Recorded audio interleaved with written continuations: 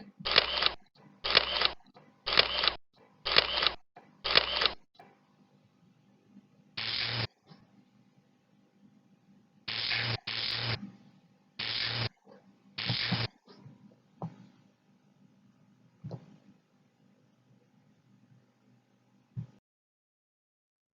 datang, selamat bergabung dengan Pak Pondi. Mari kita belajar bersama dengan Pak Pondi. Assalamualaikum warahmatullahi wabarakatuh. Pada kesempatan kali ini kita akan mempelajari tentang bahasan, yaitu tentang gerak. Tujuan dari kita mempelajari bahasan tentang gerak ini adalah yang pertama, memahami pengertian tentang jarak, kecepatan, dan percepatan. Jadi tiga besaran ini nanti yang akan sering kita bahas dalam membahas tentang gerak. Kemudian yang berikutnya, mahasiswa bisa memahami tentang jenis-jenis gerak, apakah itu gerak lurus, gerak parabola, maupun gerak melingkar atau gerak berputar. Jadi nanti kita akan mempelajari jenis-jenis gerakan tersebut dikaitkan dengan kejadian yang kita hadapi sehari-hari. Kita mulai dari definisi. Yang pertama adalah definisi tentang jarak. Biasa dinotasikan dengan huruf S, X, D, atau yang lain ya, yang bisa mewakili bahwa itu adalah jarak.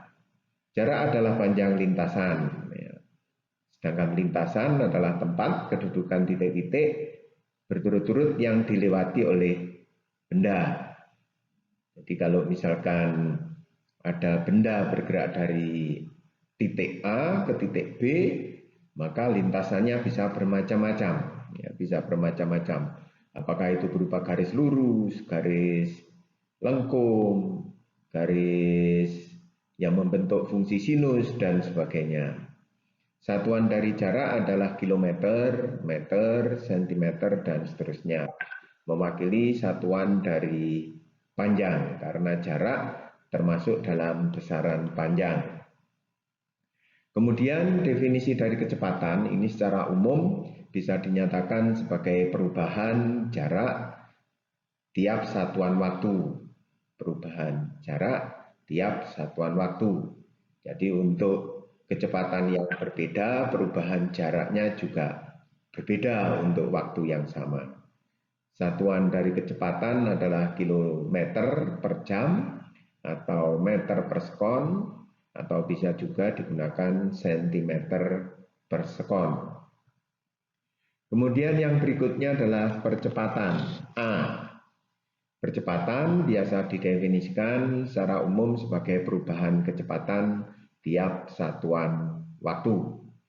Jadi untuk gerakan yang ada perubahan kecepatan, maka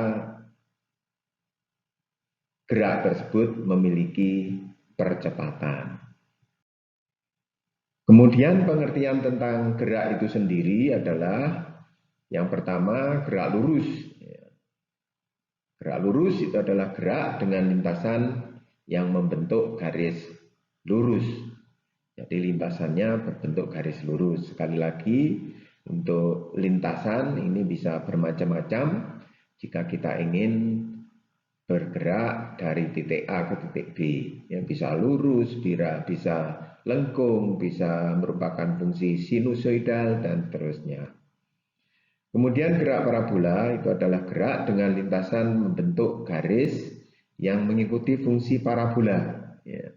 Jadi fungsinya adalah fungsi parabola. Melengkung, ya, melengkung yang membentuk garis fungsi parabola.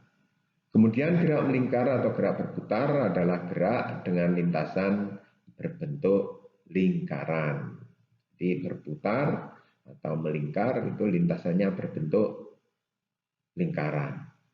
Jadi nanti harus bisa membedakan mana benda yang bergerak melingkar dan mana benda yang bergerak berputar.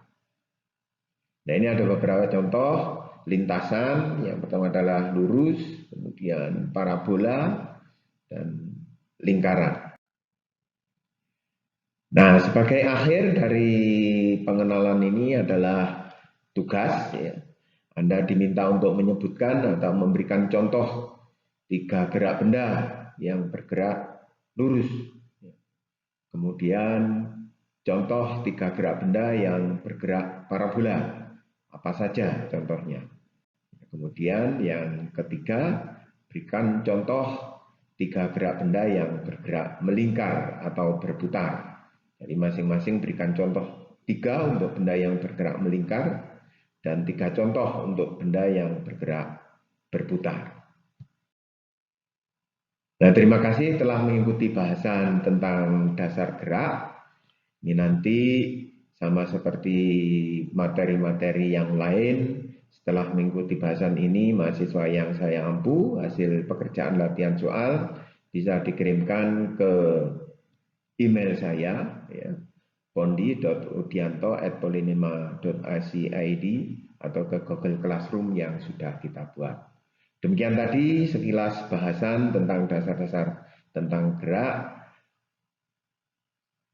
Kita akan melanjutkan ke materi yang berikutnya, yaitu silahkan diikuti gerak bagian ke-1.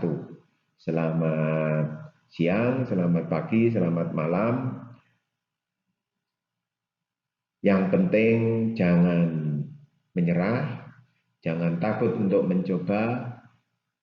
Alon-alon pokok paham, alon-alon pokok ngerti. Assalamualaikum warahmatullahi wabarakatuh.